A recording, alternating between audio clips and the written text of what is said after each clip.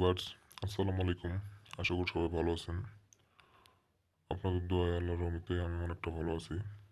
তো ভিউয়ার্স, বরাবর মতো আজকে আমি আপনাদের মাঝে আবার একটি বশীকরণ মন্ত্র নিয়ে হাজির হয়েছি।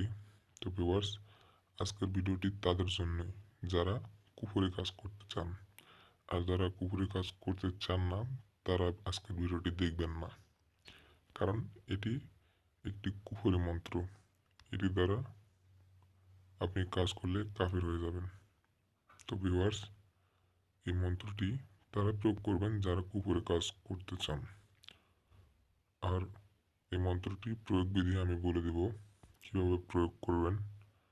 সেটি বলার আগে আপনার কাছে অনুরোধ, আপনারা ভিডিওটি প্রথম থেকে শেষ পর্যন্ত দেখুন। তাহলে ভিডিওটির মাঝে আমি কি বললাম না বললাম সব বুঝতে পারবেন। মন্ত্রটি কিভাবে প্রয়োগ করবেন। আর যদি টেনে টেনে দেখেন তাহলে কিছুই বুঝবেন না। তো ভিউয়ার্স, আপনাদের মাঝে বেশি কথা বাড়াতে চাই না। চলুন কাজের কথায় আসি। আপনি যদি আমার চ্যানেলে নতুন হন তাহলে অবশ্যই সাবস্ক্রাইব করবেন এবং পাশে থাকা বেল বাটনটি বাজিয়ে দিবেন। ভিউয়ার্স, দেখতে পাচ্ছেন স্ক্রিনে দেওয়া মন্ত্রটি নজরবন্দি একটি পরীক্ষিত মন্ত্র।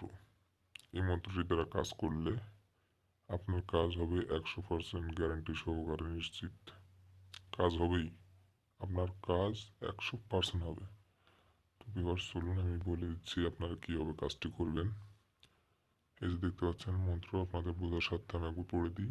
নজরকান্তি আয় বস, আয় বস তাহার বেটি বা বেটা আমার নজর বস।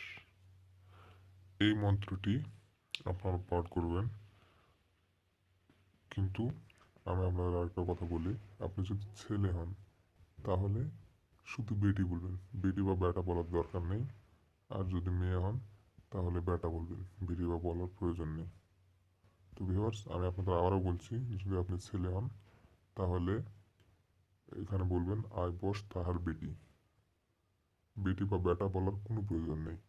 আর যদি মেয়ে হয়ে থাকেন তাহলে এখানে বলবেন শুধু বেটা, বেটি বা বেটা বলার প্রয়োজন নেই। তো ভিউয়ার্স, এভাবে আপনারা মন্ত্রটি মুখস্থ করে ফেলবেন। মুখস্থ করে ফেলে পাক পবিত্র হয়ে আপনারা এই মন্ত্রটি এক ধ্যানে 1000 একবার পাঠ করবেন। 1000 একবার পাঠ করার পর আপনি যে মেয়ের সামনে যাবেন সেই মেয়ে আপনার বশীভূত হয়ে যাবে। কিন্তু তাকে আপনার চোখের দিক তাকাতে হবে।